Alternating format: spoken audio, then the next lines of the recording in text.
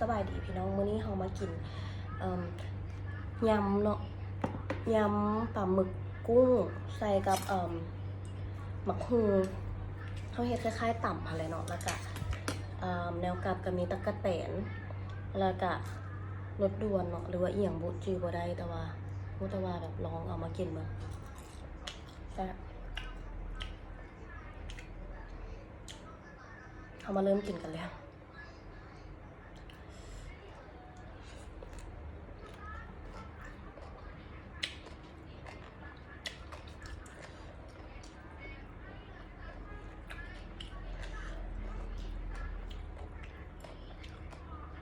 ผักเขาก็สิแบบต่ำใส่ได้เนาะ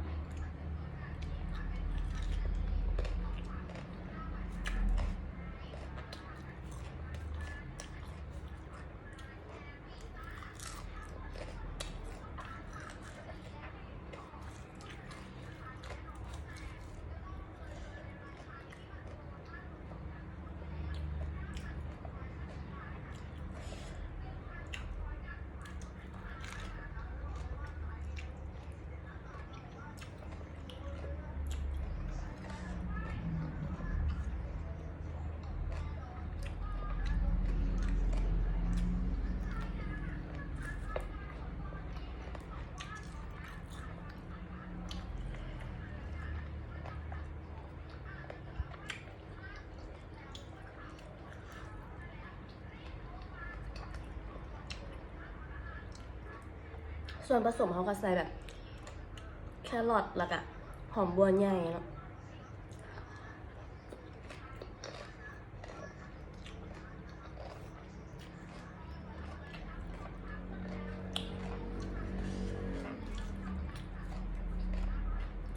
ตะกะแตน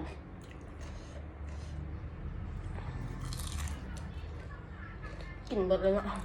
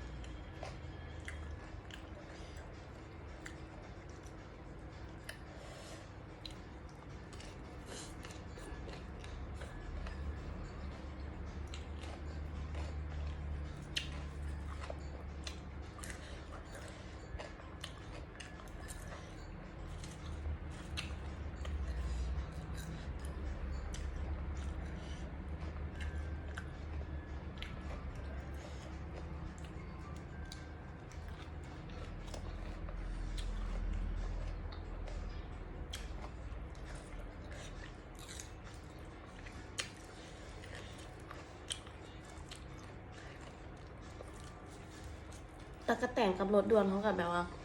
ทอดใส่กับใบกะเพราแล้วมันสิกรอบๆ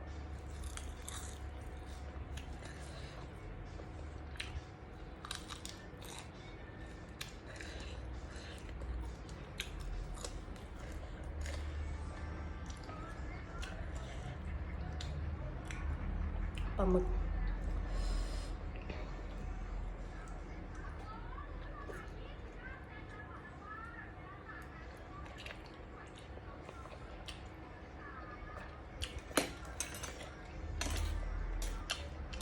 สดน้ำเนาะ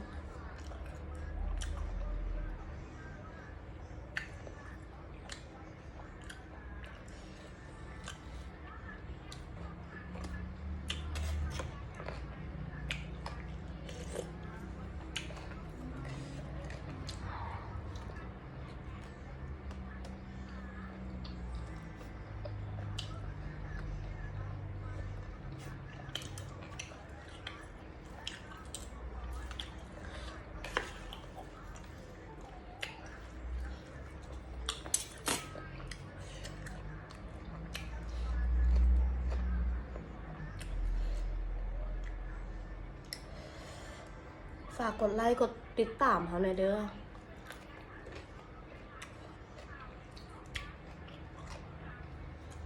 ฝากกด Subscribe เขาหน่อยเนาะ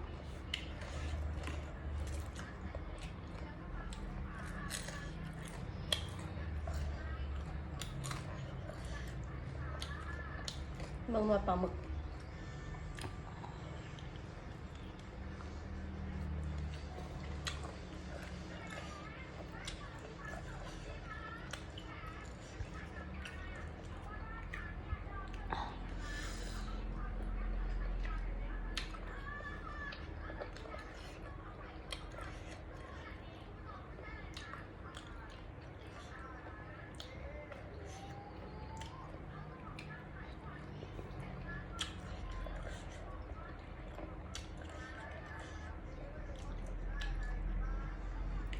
ถ้าหมูครู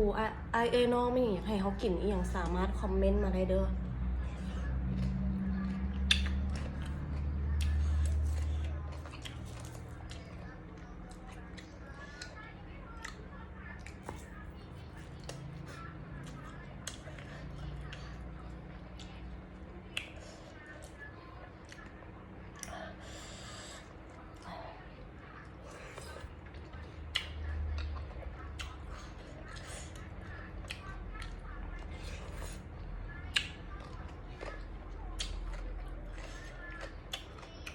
กุ้งสดๆว่ะ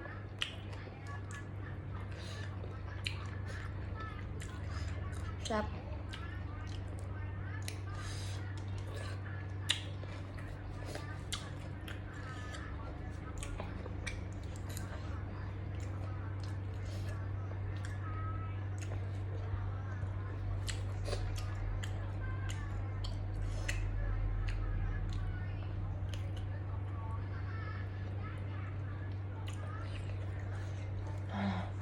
ขออนุญาตเสร็จมือ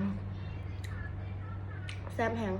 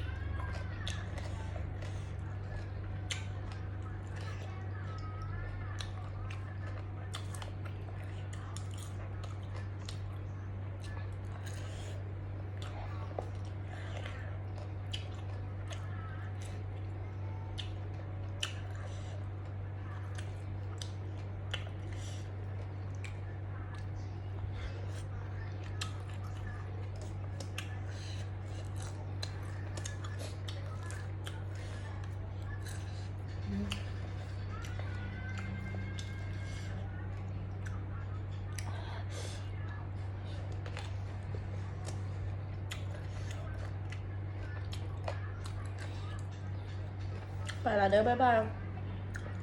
ฝากกดไลค์กดแชร์หน่อยเด้ออย่าลืมกดกระดิ่งกิ้งเด้อบ๊ายบายขอบใจนะ